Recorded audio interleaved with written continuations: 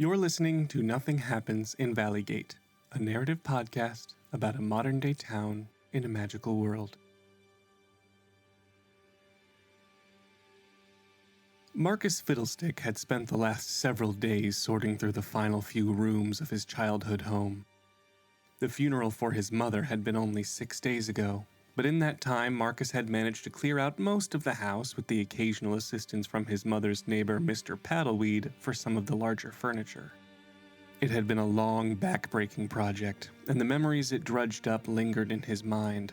It was unique melancholy that Marcus felt, but never more so than Saturday afternoon when he cleared out what used to be his father's study. Marcus's mother had never been able to bring herself to clean out the study despite her husband's passing nearly 10 years before hers. And when Marcus sifted through the papers and books and pens that littered his father's desk, many of them were dated as such, a few even bearing the date of his father's actual passing. Marcus's grief, though long dormant, grew active again as he painstakingly read every word of every page, ensuring he wouldn't mistake an important family letter for a bill and accidentally throw it away. Oddly, it was the more mundane papers that tugged at the grief in Marcus's heart. When he imagined his father sitting at his desk and poring over the mail and handwriting checks to pay his bills as he always did, the pain of his loss and the more recent loss of Marcus's mother became nearly impossible to handle. Still, Marcus forged ahead. The realtor would arrive on Monday to discuss the sale of the house, and Marcus had intended to have it ready for her by then, cleared of his parents' belongings and prepped for showings. And on Tuesday, he'd leave Valleygate and be on his way back to Starfish Bay. When the study was mostly cleared of all the papers and trinkets, and Marcus's back was stiff from reading for so long, he chose to put off the last few bits of furniture for the morning and take a long, hot shower to ease his mind and soothe his joints. The bathroom that connected to his parents' room had the larger tub, complete with a walk-in door for easy access, a feature Marcus, though only in his mid-30s and without any physical limitations, had always thought to be a luxury. Perhaps it was some form of muscle memory, but Marcus didn't use his parents' bathroom, choosing instead to run the faucet in the smaller one close to his childhood bedroom, which hadn't been so for some 17 years. His parents had promptly cleared it to make way for more grown-up guest room in hopes Marcus would return and stay with them, perhaps with a family of his own. The guilt of his few and far-between visits weighed on Marcus as he lowered himself into the water which wrapped him in warmth and began to work at easing the aches that plagued his joints. For 35, Marcus thought his body was betraying him far sooner than it should. Closing his eyes, he let the water do its work, hoping that somehow it would ease his grief as well. A knock came at the front door downstairs. Marcus had only barely heard it, but he heard it, he was sure. He remained in the tub, thinking, hoping it had only been a package delivery or some other visitor that didn't require a response. But the knock came again, and Marcus's mind went to the possibility of Mr. Paddleweed in need of assistance, which prompted him to rise from the tub with great speed as well as instant regret when his skin met the cool air of the house. Marcus dried off as fast as he could and threw on the loungewear he had prepped for his post-bath relaxation. A third wrapping came as he struggled to pull on his joggers that kept catching on his now oilless skin. "I'm coming! Hold on just a second," Marcus shouted, but he knew from years of experience that he would not be heard this far from the front door. But at last he threw the bathroom door open and hurled himself down the steps to the front door, peering through the small window at the top. But he saw no one and he stepped out onto the porch, scanning the street. Several folks walked in the autumn evening air, enjoying a cool twilight before retreating to their cozy homes, but none showed signs of having just visited him. And with curiosity and no small amount of sorrow for losing the opportunity for company, Marcus retreated back inside. But as he did, his eyes caught on a rectangular envelope that had been slipped through the mail slot.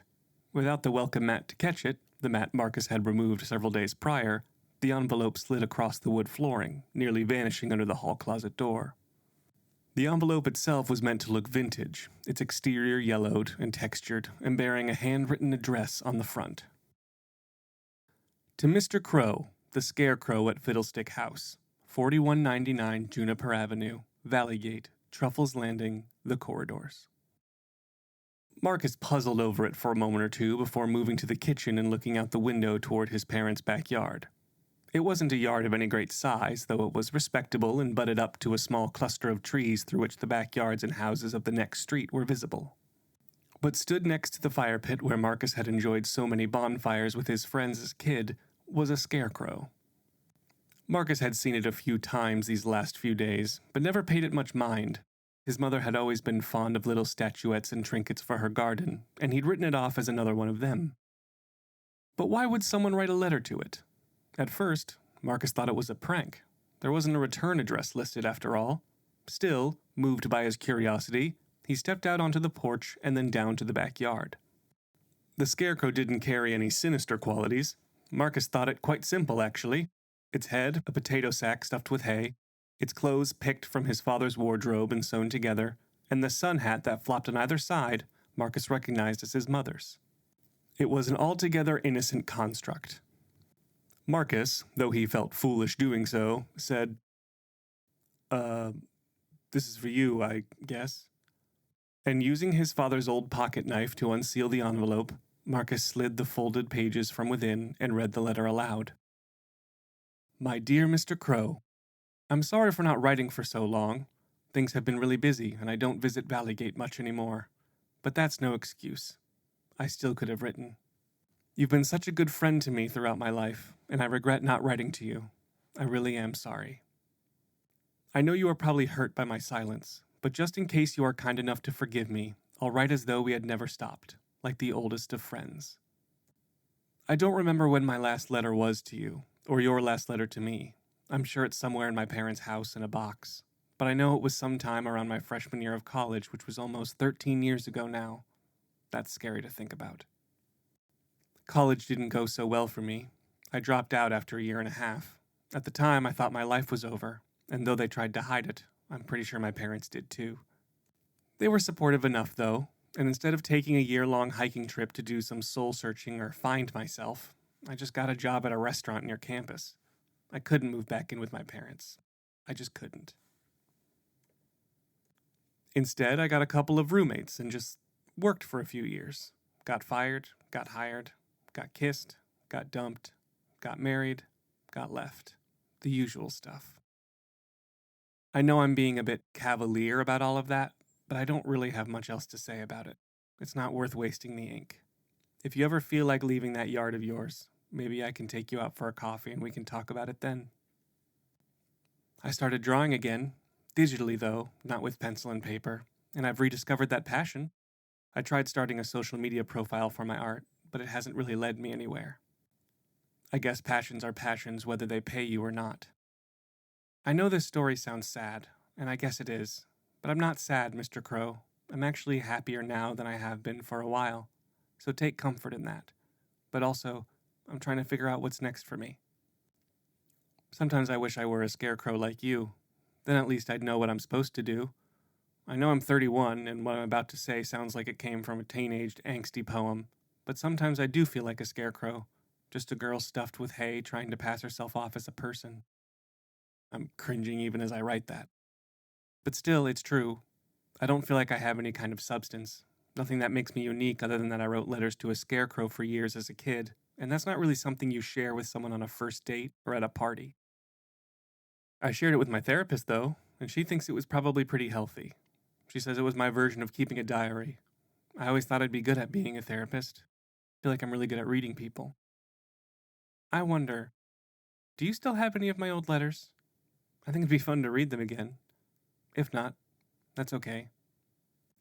Anyway, I'm only in town for a few days visiting my parents and sister. They're all doing well. I'd like to keep writing to you, if that's okay. I could use a friend. Here's my address. 48567 Vineholler Lane, Cedar Wake, Truffles Landing, The Corridors.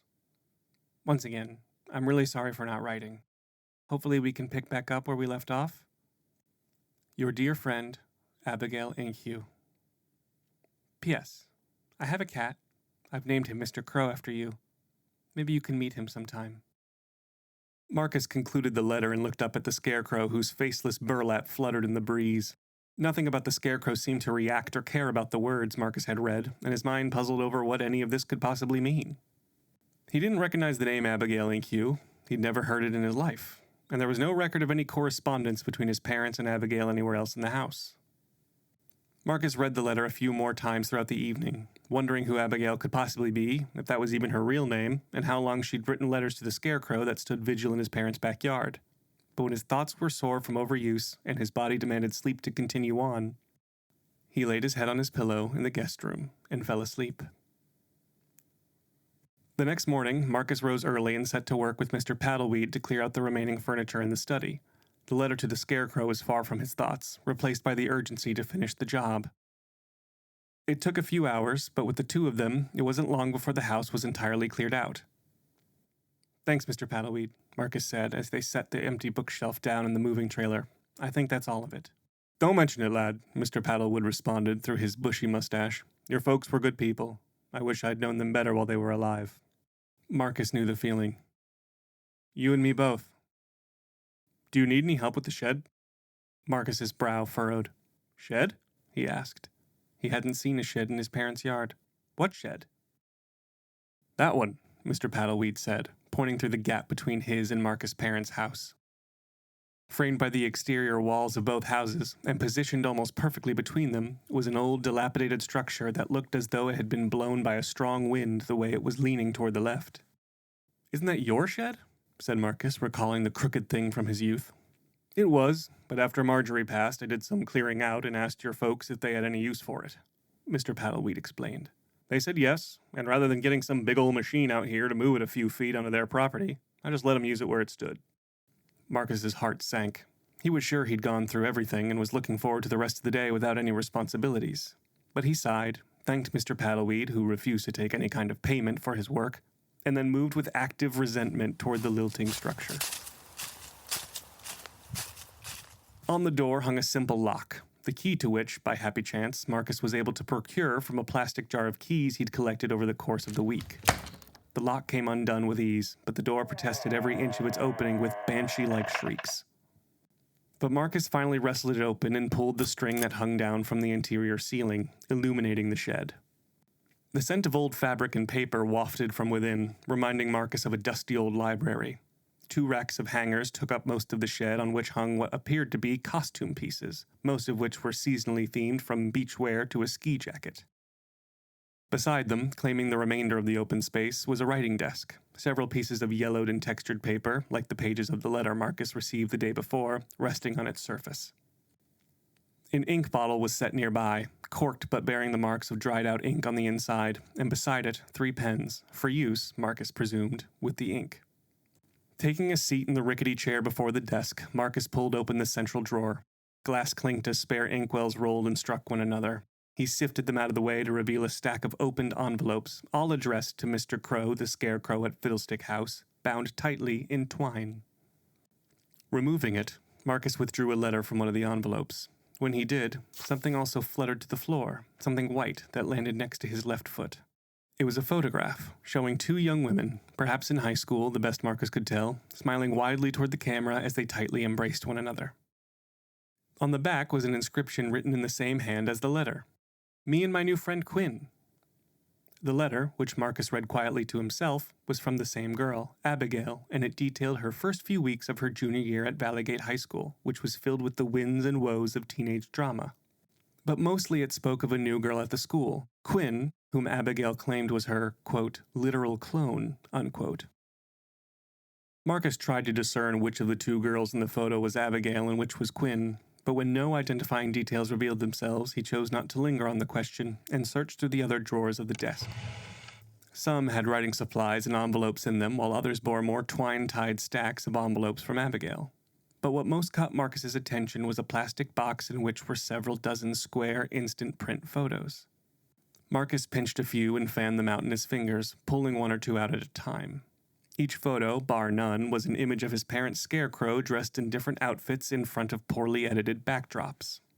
The inscriptions on the back were mostly humorous puns having to do with the scarecrow's costume, but others were simple greetings or words of encouragement, all written in either Marcus's father's or mother's hand. "See you later," said one in which the scarecrow wore a ski jacket and held ski poles in front of a snowy mountain. The corner of it was obscured by a finger in the lens, and Marcus worked out that these were the rejected photos, each having a spelling error or visual issue. Marcus returned to the house with the box of photographs, searching through them and pondering this revelation, unsure of what to think of it. As far as he could tell, his parents had written letters back and forth with Abigail from the time she was about 11, by his estimation, until she was roughly 18, taking on the persona of a friendly and adventurous scarecrow. Based on what he read of the letters, it seemed innocent enough, and surely Abigail knew now, if she didn't then, who it was responding to her. She even knew where the house was to deliver her most recent letter. Another knock on the door. This time, Marcus wouldn't be caught. "Coming!" Marcus called as he strode down the hall and opened the door. Standing on the porch, a woman looked up at him with wide eyes and a smile Marcus recognized from the photo of Abigail and her friend Quinn, bearing the same misaligned canine teeth. "Hi," she said. Her voice betrayed a certain shyness she tried to overcome with enthusiasm. Marcus waited for her to offer her name or explain why she was at his door, but when she didn't, and the pause grew long, he said, "Hi. How are you?" "I'm good. How are you?" "I'm good too." Another pause hung in the air between them, the woman's eyes almost pleading for him to know why she was there without her having to speak any longer. Marcus found himself trying to discern what her purpose was, if only to ease the deer-in-headlights expression she held on her bright features. "Sorry," she finally said. My name is Abby. Wow, this is weird. I brought a letter by for Mr. and Mrs. Fiddlestick yesterday, and I only just found out that they have unfortunately passed, and I wondered if I could get it back." Marcus smiled in spite of himself. It was like the answer to the mystery had just knocked on his door. And, well, it had. "You're the Scarecrow girl." Abby's cheeks turned a deep scarlet. She nodded, and, though not visibly, seemed to implode from embarrassment. "I know it's weird. No, not at all," Marcus backpedaled. "I've been trying to figure out who you were for the last, 24 hours. I'm Marcus, by the way. I'm Andy and Violet's son." By some miracle, Abby's eyes, which were already quite wide, widened further. "Really?" Her words hooked Marcus's guilt and reeled it in real close. But he accepted it. "They probably didn't mention me much. I kind of disappeared for a while. And I hope it's okay. I read the letter." "You did?" she asked, retreating further into herself. "Yeah. Sorry, I was curious. I can get it for you if..." "That's all right. Don't worry about it. I just didn't want some stranger reading my life story. I kind of spun out when I was writing it." "Oh, okay. But I am a stranger," Marcus said. She shrugged. Kind of. I probably know more about you than you think." "And how is that?" Mr. Crow liked to write about his friend Marcus, all the things he did, his accomplishments, how proud of Marcus he was. When I was younger, I had this weird crush on whoever this Marcus person was. I was never sure if he was real or not." "Wait, what? A crush?" "Yep. I mean, I can't have a crush on a scarecrow, can I? But I was also a kid, and Marcus was someone I could kind of pretend who I wanted him to be." "Yeah, I guess so. Well, thanks, Marcus. You can keep the letter or throw it out or whatever you want to do. And I'm sorry about your mom. She was really special. Both of them were."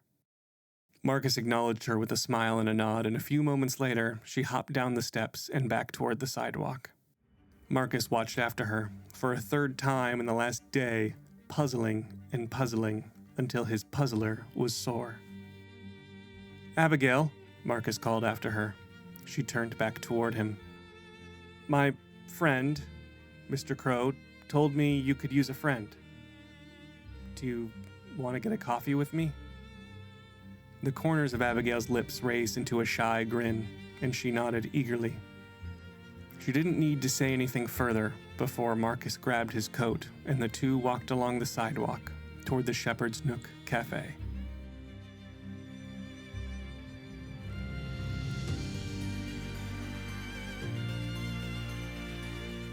This has been Nothing Happens in Valleygate, Letters to Mr. Crow. This episode was written and recorded by Josiah Duff. It was edited by Gracelyn Gaw. Nothing Happens in Valleygate's theme is by Andy Ferris. If you like the show, leave a review on Apple Podcasts. Let us know what you think. We'd love to hear from you. And follow us on Instagram, if that's your thing, at Visit Valleygate. for some cool art for each episode. I hope this fall season has treated you well, friends, and I hope to see you next time in Valleygate.